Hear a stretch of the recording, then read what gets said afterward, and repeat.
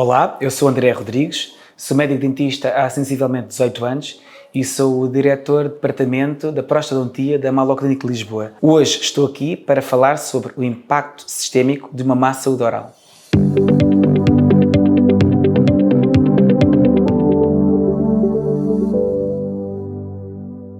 Realmente, tratar da saúde oral não é só tratar da boca, estamos a tratar do corpo como um todo. Para doenças na cavidade oral, vamos ter repercussões a nível sistémico, quer seja a nível cardíaco, a nível pulmonar, diabetes, gravidez. Existem variedíssimas doenças dentro da cavidade oral, mas eu vou falar só das três mais prevalentes, que são a cárie dentária, a gengivite e a periodontite. A cárie consiste no quê?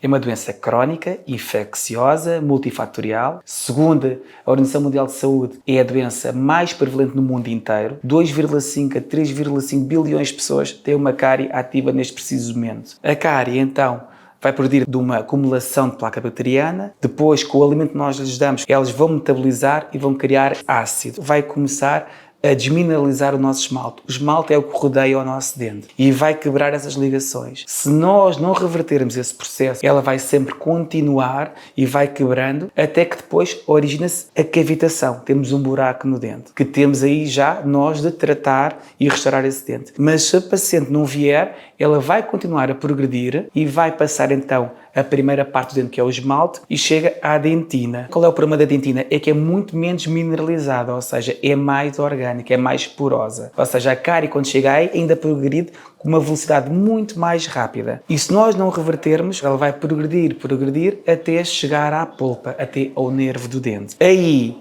já é uma inflamação mais complicada, onde pode ser necessário a desvitalização do dente, ou seja, tirar o nervo dentro, como se diz normalmente. Se nós, mesmo assim, se o paciente não vier cá e continuar com a cárie sempre a progredir, ela vai evoluindo, vai a caminho dos vasos de nervos sanguíneos dentro do nervo, dentro da polpa, até chegar ao osso, onde vai começar também a destruir o osso à volta, dando origem depois aos abscessos. A gengivite também é uma doença inflamatória muito prevalente na cavidade oral, deve-se também a uma alteração da flora, da microbiota, que vai fazer com que apareçam mais bactérias patogénicas e essa proliferação dessas mesmas vai originar uma inflamação da gengiva, onde as pessoas muito facilmente detectam com uma gengiva mais avermelhada, com uma hemorragia mais fácil, sangramento da gengiva, quer seja a escovar, a comer alimentos mais duros. Se a gengivite não for travada, ela vai progredir e essas bactérias vão proliferar para uma zona mais profunda da gengiva e vir uma periodontite.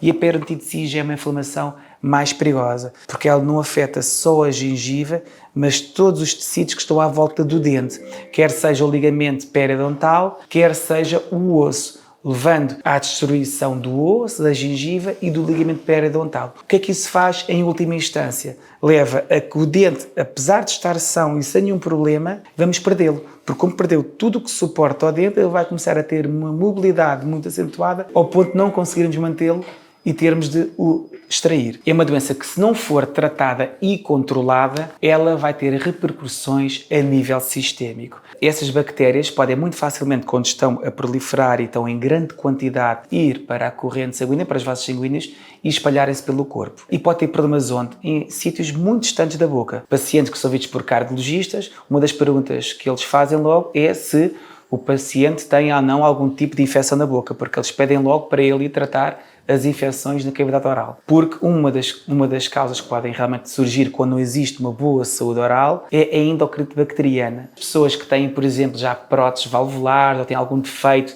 a nível das válvulas cardíacas, elas entram na corrente sanguínea e vão colonizar essas próteses, esses defeitos. Além disso, também, repara-se e tem-se visto que nas placas ateroscleróticas, aquelas placas de gordura que existem nas artérias, também se encontram bactérias com origem periodontal.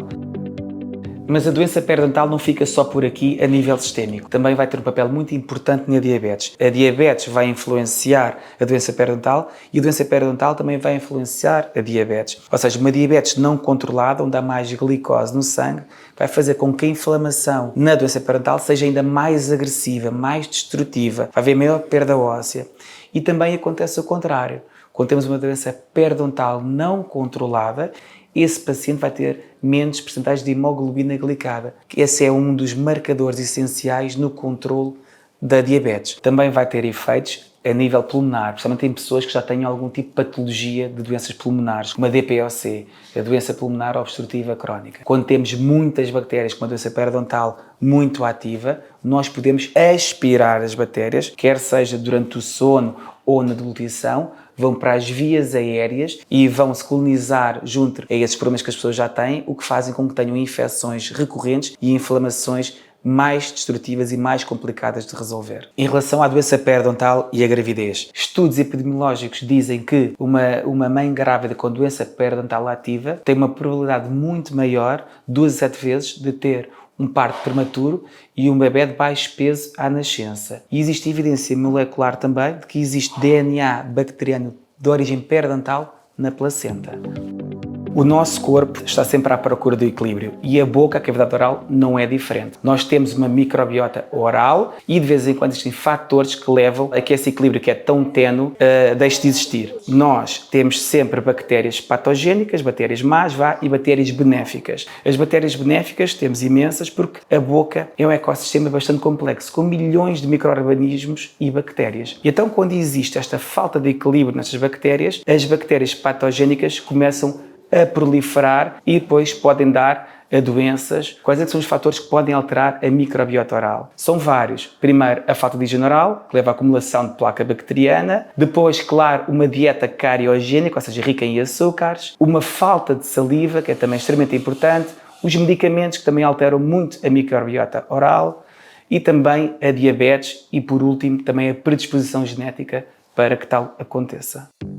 A saliva é uma solução aquosa que é produzida na cavidade oral por diversas glândulas. As principais são as parótidas, as submandibulares e as sublinguais. A saliva é extremamente importante por variedíssimas razões.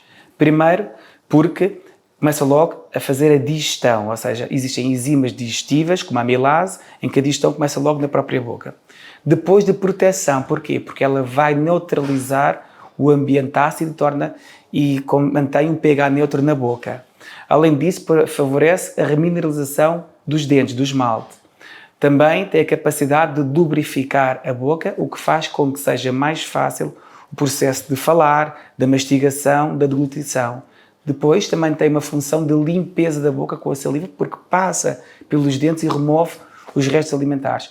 E, por último, também da percepção do sabor, ou seja, ela vai dissolver os compostos de alimentos de maneira a serem, depois, sentidos pelas glândulas gustativas. Normalmente produzimos meio litro a litro e meio de saliva por dia. Existem vários fatores que vão influenciar a quantidade de saliva que temos na boca. Uma delas, claro, a primeira é a falta de hidratação, a desidratação.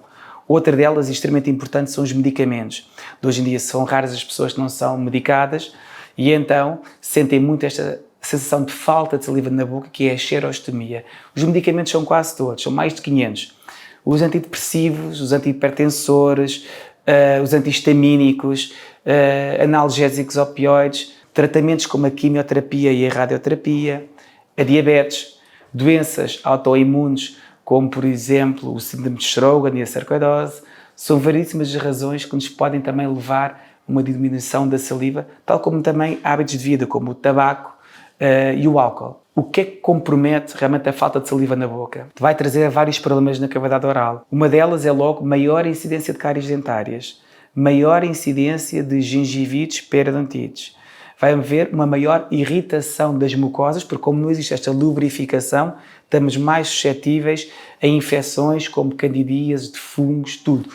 Torna-se mais difícil também o processo de mastigação, de deglutição e até mesmo da fala, porque como está menos lubrificada, temos maior irritação em todos os procedimentos diários que nós fazemos. Como podem reparar, a saliva vai ter um papel fundamental na manutenção da saúde na boca, na cavidade oral.